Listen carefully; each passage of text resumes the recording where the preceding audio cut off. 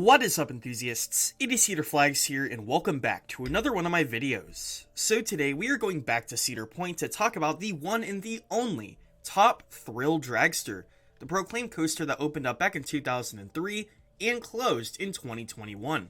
And as we all know, it is getting a massive renovation, possibly one of the biggest in roller coaster history. And to say the least, this is getting a lot of press coverage. There are videos all over the place talking about Top Thrill Dragster, so my video might not be anything new when it comes to the updates. So today, I wanted to update my predictions. Now, late last year, I made a prediction video, and I look back on that with all of the things that we know now. I talk about a lot of stuff, and I didn't even include a backward spike because I was that confident it wasn't going to happen.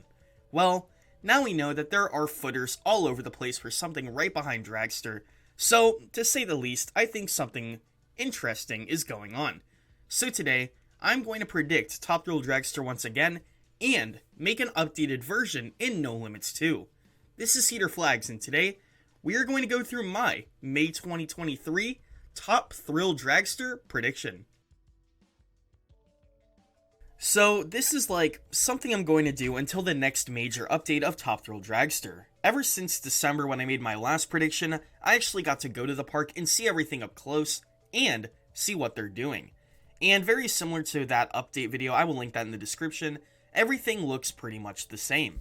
There is a station still and the top hat, but there is barely any track left besides that top hat.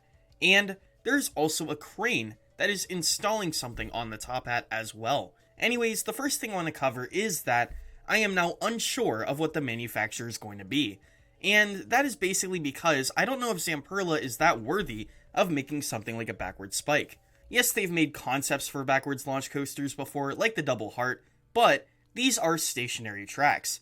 This roller coaster would provide a switch track, something similar to a ride like Pantheon or Two Tatis, which is, if you don't know, a lot harder than just a stationary track. And knowing how Wild Mouse has been operating, would this be extremely reliable? Would this be more unreliable than the original? If this is a Zamperla coaster, I could definitely see a few changes being made with Zamperla's relations with Cedar Point and getting their operations together, or I could also stand out some hope for this being made by Intamin. Now, I know Cedar Fair was never going to work with Intamin again, but this is originally an Intamin, so what better manufacturer to go to than the one that made the original itself? Intamin is definitely the most advanced out of all the coaster manufacturers, and knowing rides like Pantheon and Hagrid's being reliable, I think that this would be very reliable as well. So that leads me to my next prediction. Yes, I have finally caved. This is going to be an LSM swing launch. So I originally said, if you don't know, that this is going to be a single launch, just like Top Thrill Dragster, but with LSMs. But now I obviously know that's not the case. There's too much going on with the ride in order for that to happen. If this was just an LSM makeover, they would probably have most of it done by now, but they're making something completely new behind the structure of Iron Dragon, and they have gutted half of the ride, so that brings me to believe that this is going to be some sort of swing launch. Very similar to rides like Pantheon and Two Tatis, I think that there are going to be airtime moments on the launch. And I only say this because they took off the launch track, and I really think that this would be intriguing and interesting to anyone who would want to ride Top Thrill Dragster. It would be a brand new addition, and it would definitely provide way more airtime than it would if it was just a straight track. Up next, I want to talk about the queue line. So I originally said that the entire queue is going to be outside the ride structure, but I've kind of changed my opinion on that. I do think that at least half of it is going to be within the structure itself, but there's going to be a lot of it that is going to be outside of it as well. Think of it as like a half and half sort of thing. Something I also thought about is that going to be the place where the station is? I mean, with that backward spike right there, are they really going to put a station right next to it? Well, that's something I obviously can't answer, and I really don't have a prediction for that, but I do predict that the queue line is going to be within the confines of the ride. Now, this is a big one. In my last prediction video, I predicted two big inversions on the ride, a dive loop and a massive Immelman, but I have changed my opinion on that as well. I don't really think that they are going to do that anymore, simply because that would just be a lot of money, and if they're already focusing on a backward spike, I'm not sure if they're going to go all in with this layout change. I do predict there's going to be a Kingda Ka-like airtime moment after the top hat, and the airtime moments on the launch like I said, but I think that this ride isn't going to have a major spaghetti bowl-like layout after that said top hat. Up next, we have a prediction that I've stuck with since the beginning. This ride is opening in 2024, and with the Cedar Point teaser saying 2024, it's almost confirmed at this point. Now, let's get to what I was talking about earlier, the cranes that are on the top hat.